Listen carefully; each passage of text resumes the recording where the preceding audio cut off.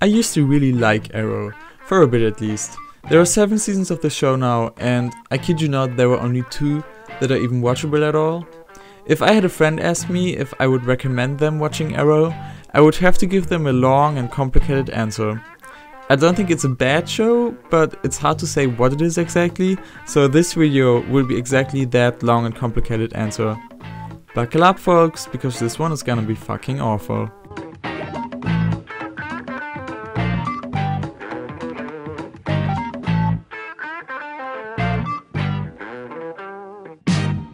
The way you can judge a season of Arrow is, do they have a plan for it or not? And for season 1 the answer is, yes, they did have a plan. In the beginning, every episode is basically Oliver Queen has a list of bad people and now he has to kill all of them, which he does by the way. He's straight up just a murderer and it's pretty cool. With season 1 there's not really much to say about it. The beginning is kind of generic and it somewhat picks up after John Diggle, his bodyguard, learns his secret, and he also gets to know Felicity Smoke, who is actually pretty funny this season. I like most of the characters in season 1, even though they're all hypocrites, but that's just the CW, you know. I remember I actually dropped Arrow initially, because I thought it was just that boring. I probably should have stuck with that, but no one stopped me, and here I am, broken. Nowadays people say they like this season a lot apparently, which is strange because everyone was hating on it initially. But yeah, I suppose it's better than a lot of what's to come. Arrow season 1 gets a solid 6 on the Arrow meter. I just introduced that, this will be a thing now. What makes Arrow somewhat special is the flashbacks. There are 2 parallel stories, one where Oliver Queen is the Green Arrow and the other is 5 years ago where he wears a bad wig and he's on an island, at least initially. And at least in the first few seasons, the flashbacks are actually really exciting. In fact, at some point even more exciting than the present day storyline. Which, that's not, your flashbacks shouldn't outshine your main plot, right? Anyway, in season 1 in the flashbacks, they set up an arc where Bad Wig Oliver meets Slade Wilson on the island, who later becomes Deathstroke. And season 2 continues that. Bad Wig Oliver and Slade are good friends initially, but then in season 2 Oliver makes a decision that makes Slade turn against him. I'm not actually gonna spoil what it is, because I think this season is actually pretty worth watching. And he's also influenced by some super drug, so season 2 just becomes Slade wants to fucking murder Oliver Queen, and it's the best season because of it. Seriously, do yourself a favor and skip season 1, jump straight to this one, you'll probably get into it really easily, since it's not that complicated of a show. And what's great is that there even is an entire recap episode they made, which sums up every character's journey in season 1, which is pretty dang sweet if you ask me. Like, good job CW, pat on the shoulder for that. There's this one episode in season 2 where Slade comes into Oliver's home while his mom and his sister are there, and they think he's just some nice guy, but all of the other characters who know Slade is fucking evil are all ready to kill this guy, and it's just so tense. In the same episode in the flashbacks, you see how shit went down with Oliver and Slade 5 years ago, and that entire episode is the best example of why season 2 is just the peak of this show. This is 10 points on the Arrow meter. This is the season because of which Arrow is still on TV right now. Like, it couldn't get any better than this. And it doesn't. After that, season 3 is pretty bland for the most part. Ra's al Ghul is like the main villain now, and he's really good at being really underwhelming. He wants to blow up Starling City, basically, and that's it, that's the character. And they feel the need to pull all these lazy tricks, like there's a love triangle between Oliver, Felicity and Ray from Legends of Tomorrow, and plot twists like Captain Lance is a bad guy suddenly, and then Oliver is a bad guy suddenly, and everyone is a bad guy suddenly. Have I mentioned these people are all hypocrites? There are multiple times like each season where Oliver and Diggle have a huge argument, and like they literally almost kill each other, and then it's like, yeah, it's all good now between us. But that's not even it. There's one major aspect of Arrow that I haven't really talked about yet, and that is the character of Felicity Smoke. Stop!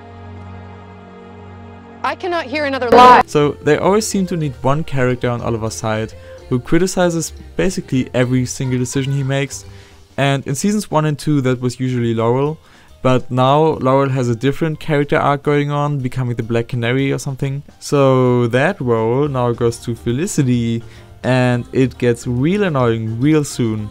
And then they start dating, and oh boy, these are two actors who do not play off each other very well at all. Hey. Oh, okay. Hot. Felicity Smoke. You have failed this omelet. Yeah, great relationship talk there, you guys. And at some point this whole relationship plot becomes the B plot of every episode. Actually, it usually feels like the actual crime fighting is the B plot, and I can't with that. It's safe to say I had enough after season 3. 4 points on the error meter. This was a pretty quick one, but I almost don't want to talk about season 3 really. But shit really hits the fan in season 4. Basically, Oliver and Felicity get together, and prepare yourselves, because it gets very fanficky very quickly. There's this side plot where Oliver finds out he has a son, and he has to promise to the mom not to tell anyone about it. So naturally Felicity finds out, and she just immediately breaks up their engagement. And then there's an episode following that, which they let some interns write, it seems. Oh, except that's not a joke. This episode was actually written by interns. This archer lady called Cupid comes to Star City, and she attacks like married couples, I think. So Oliver and Felicity, who have just broken up their engagement the episode before, are like, okay, obviously we need to get married right now to set a trap. And it's like I don't even know what to rate this season. 0 seems a bit extreme, so I guess I'll give it a 1. Also in season 4, Black Canary gets killed, and there was a major outrage in the Arrow fandom. The official Arrow subreddit with like 100,000 subscribers rebranded itself as a Daredevil subreddit out of protest, and I just think that's really funny. So you've been following me, literally hating Arrow for 2 bad seasons, which amounts to 2 years of real time just watching this shitty TV show, and you're like, well, why the fuck are you still watching this? And I guess in a weird way, I'm just always rooting for the show to get better, and every time they actually get something right, it's like super satisfying. It's like as if Arrow was my best friend and he was an alcoholic, and it always seems like he's improving, but in the end I know things are gonna stay the same. Goddamn, that's really depressing, and things only got worse. Except they didn't! Season 5 is actually pretty decent. I'm just gonna give it to you straight, it's an 8 on the Arrow meter. So they toned down Felicity, and the episodes are actually about crime fighting again, instead of the drama all the time.